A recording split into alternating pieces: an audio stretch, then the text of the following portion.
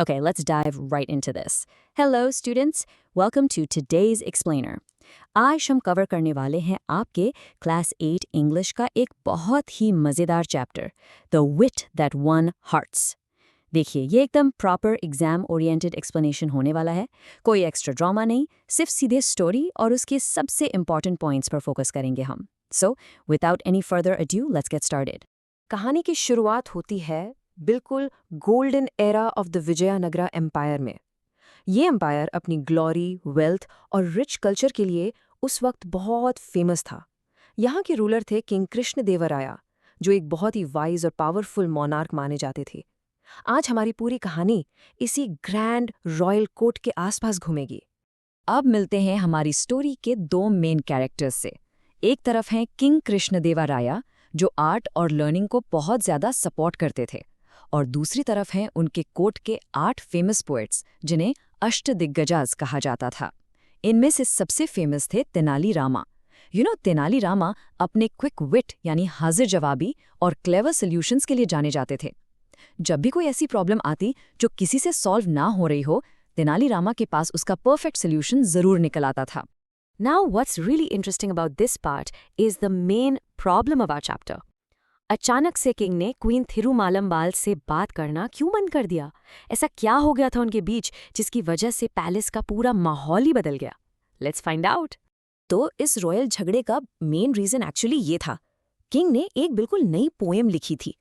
अब इस पोएम में उन्होंने बहुत सारे वेग एक्सप्रेशंस यूज किए थे, जैसे सन, मून, स्टार्स और ब्यूटिफुल स्काई।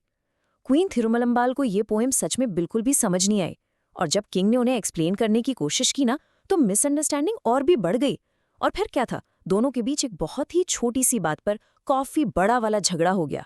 क्वीन के इनएग्जैक्ट शब्दों पर जरा ध्यान दीजिए। The king thought I was disrespecting his poem and stormed of. यानी किंग का ईगो बहुत बुरी तरह हर्ट हो गया था। उन्हें लगा कि क्वीन इंटेंशनली उनकी आर्ट की डिसरिस्पेक्ट कर रही हैं। फिर क्या, गुस्से में आकर किंग ने क्वीन से हफ्तों तक बात ही नहीं की और उनसे मिलना भी कंप्लीटली बंद कर दिया। पूरे पैलेस में लिटरली एक अजीब सी उदासी छा गई थी और सब कुछ एकदम क्वाइट हो गया था। ऑब्वियसली क्वीन बहुत अपसेट और डिस्ट्रॉट फील कर रही थीं। उन्होंने खुद से इस सिचुएशन को सॉल्व करने की बहुत कोशिश की, पर हर बार फेल हो गईं। फाइनली उन्हें बस एक ही इंसान पर ट्रस्ट था जो इस बड़ी प्रॉब्लम को एक्चुअली सॉल्व कर सकता था, और वो थे तेनाली रामा। क्वीन ने उन्हें बुलाया, पूरी बात डिटेल में बताई और रिक्वेस्ट की कि वो कोई ऐसी क्लेवर स्ट्रैटेजी बनाए जिससे किंग को उनकी गलती का एहसास हो जाए। अगले दिन सुबह का सीन जरा इमेजिन कीजिए। रॉयल कोर्ट बिल्कुल बसलिंग था, यानी लोगों से पूरा भरा हुआ था। मिनिस्टर्स, स्कॉलर्स, सबके सब वहां मौजूद थे। लेकिन इतनी भीड़ के बाद भी ना, हवा में एक अजीब सी टेंशन फील हो रही थी। किंग अपने ऑर्नेट थ्रोन पर बैठे थे और उनका एक्सप्रेशन बहुत ही स्टर्न और गुस्से वाला था। झगड़े का असर अभी भी उनके चेहरे पर बहुत साफ दिख रहा था। तभी एंट्री होती है तेनाली रामा की अपने मास्टर प्लान के साथ। उनका अप्रोच ध्यान से सुनिए। स्टेप 1, वो आराम से थ्रोन के पास जाते हैं। स्टेप 2, उनके हाथ में एक प्लेट होती है जिसमें पैडी सीड्स यानी धान के बीज थे। स्टेप 3, वो कॉन्फिडेंटली किंग से कहते हैं कि योर मैजेस्टी, मैं आपके लिए एक बहुत ही रेवोल्यूशनरी टाइप के पैडी सीड्स लाया हूं। अगर इन्हें बोया जाए तो हार्वेस्ट यानी फसल सीधा 3 गुना ज्यादा होगी। ये अजीब सा क्लेम सुनते ही कोर्ट में बाकी लोग उनका मजाक उड़ाने लगे। कुछ कॉर्टियर्स ने सार्केज्म यूज करते हुए विस्पर किया कि शायद ये मैजिक सीड्स हैं जो बिना पानी के उगेंगे, या perhaps he found them on the moon. पूरे कोर्ट में स्निकर्स यानी दबी हुई आवाज में हंसी गूंजने लगी। किंग को कोर्ट का ये मजाक और रामा का ये अजीब क्लेम बिल्कुल भी पसंद नहीं आया। वो काफी अनॉय हो गए और बोले कि ये तो बिल्कुल अब्सर्ड यानी बेतुकी बात है। किंग ने एक्सप्लेन किया कि देखो, सिर्फ बीज होने से थोड़ी ना कुछ होता है। फार्मिंग के लिए प्रॉपर सॉइल, मैन्योर और इंसेक्ट रिपेलेंट्स चाहिए होते हैं। अगर इन सब का ध्यान नहीं रखा गया तो बेचारे फार्मर्स को बहुत भारी नुकसान उठाना पड़ेगा। अब बहुत ध्यान से सुनिए, यह आपके चैप्टर का सबसे क्रूशियल कोट है। इस एग्जाम के लिए जरूर नोट करें। रमा ने मुस्कुराकर जवाब दिया, the real issue lies not with the seeds themselves but with the person who shows them. यानी गलती बीज की नहीं होती, बल्कि उस इंसान की होती है जो उन्हें ठीक से बोता नहीं है। ये एक्चुअली एक बहुत ही क्लेवर ट्रैप था। रमा एक तरह से किंग को बता रहे थे कि उनकी पोएम के एक्सप्रेशंस, जो कि सीड्स हैं, वो खराब नहीं थे।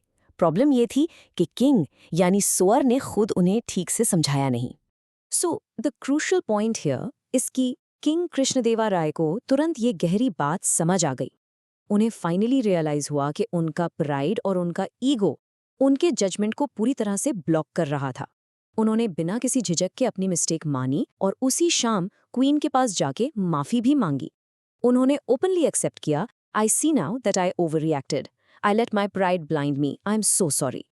तो अब आते हैं हमारी स्टोरी के इस प्यारे से रेजोल्यूशन पर। जब किंग ने इतनी सिंसियरली माफ़ी मांगी तो क्वीन, जो शायद इसी मोमेंट का वेट कर रही थी, उन्होंने तुरंत किंग को फॉरगिव कर दिया। उन्होंने बहुत हैप्पीली कहा कि we can leave this quarrel behind us, और फिर प्यार से रिक्वेस्ट की कि वो किंग की वही वाली पोएम एक बार दोबारा सुनना चाहती हैं। चलिए अब जल्दी से डिस्कस करते हैं चैप्टर के main exam friendly takeaways. Make sure you remember these. पहला पॉइंट, विट यानी हाजिर जवाबी से हम लाइफ की बड़ी से बड़ी सीमिंगली इनसरमाउंटेबल प्रॉब्लम्स को इजीली सॉल्व कर सकते हैं। दूसरा, प्राइड हमारे जजमेंट को हमेशा ब्लाइंड कर देता है, इसलिए हमें हमेशा हम्बल रहना चाहिए।